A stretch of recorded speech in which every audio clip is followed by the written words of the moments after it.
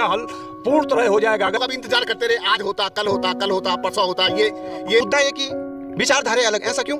विचार कहने को तो 10 सत्र कर चुके भराड़ी शहर में, इतनी अच्छी आपने बिल्डिंग बना दी, लेकिन आप जाना क्यों नहीं चाह रहे?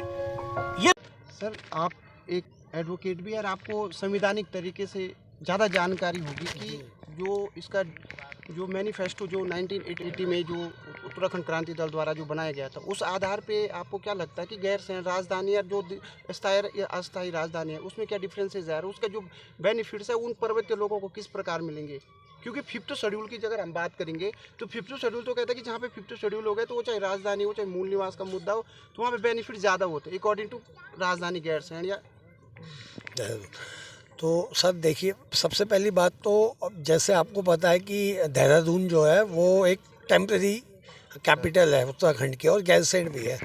पहले तो संविधान की, अगर आप भारतीय संविधान की संरचना देखेंगे कि किसी भी राज्य की जो परिकल्पना होती है वो होती है या जो राज्य बनाया जाता है वो संविधान के आर्टिकल 2 के द्वारा बनाया जाता है।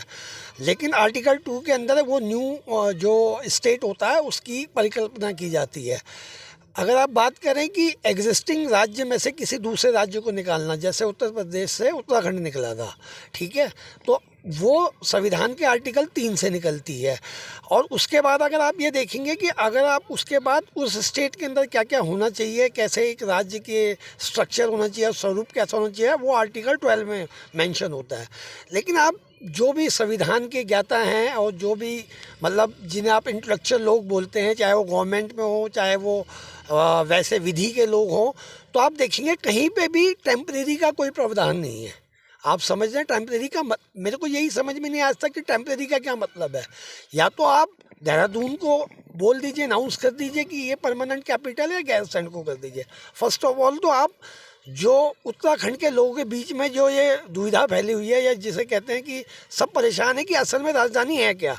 अभी जैसे बताया गया कि होली वाले दिन कोई बाहर के लोग आके या बच्चे या बाहर के बच्चे आके यहाँ उत्तराखंड के बच्चों को मार पीट के चले गए। उसके बाद जब बोला गया कि पुलिस ऑफिसर्स कहाँ हैं एट द टाइम जो देखते हैं, तो उनको बोला गया कि वो सब भराड़ी शहर गए हुए हैं।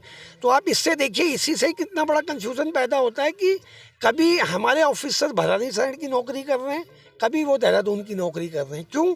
क्योंकि उन्हें भी 2 कैपिटल मैनेज करनी है। अगर एक जगह होगी, चाहे वो गैरसैंण हो, चाहे सबसे पहले तो हमें ये डिसाइड करना है कि गवर्नमेंट ऑफ उत्तराखंड क्या चाहती है। वो अगर उसे परमानेंट बनाना है, देहरादून को बनाना चाहता है या उसको बनाना चाहता है। दूसरी बात यह है कि अगर कोई भी चीज़ परमानेंट होगी तभी तो आपको प्रॉपर सॉल्यूशन मिलेगा। जब चीज़ें ही टेम्परेरी हैं, हम बार बार बात तो कर रहे हैं कि हमें कैपिटल चाहिए, राजधानी चाहिए, गैरसैंण चाहिए, बट दिक्कत तो है ना कि परमानेंट कुछ है ही नहीं।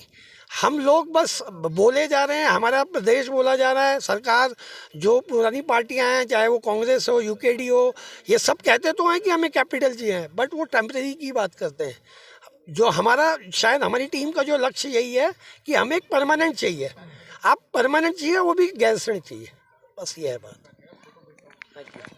कहीं ना कहीं इन लोगों की जो विचारधाराएं हैं, तो मुख्य जो बिंदु है अस्थायी राजधानी गैरसैंण होनी चाहिए। तो आपने देखा है, बने रहे हमारे चैनल पे। धन्यवाद।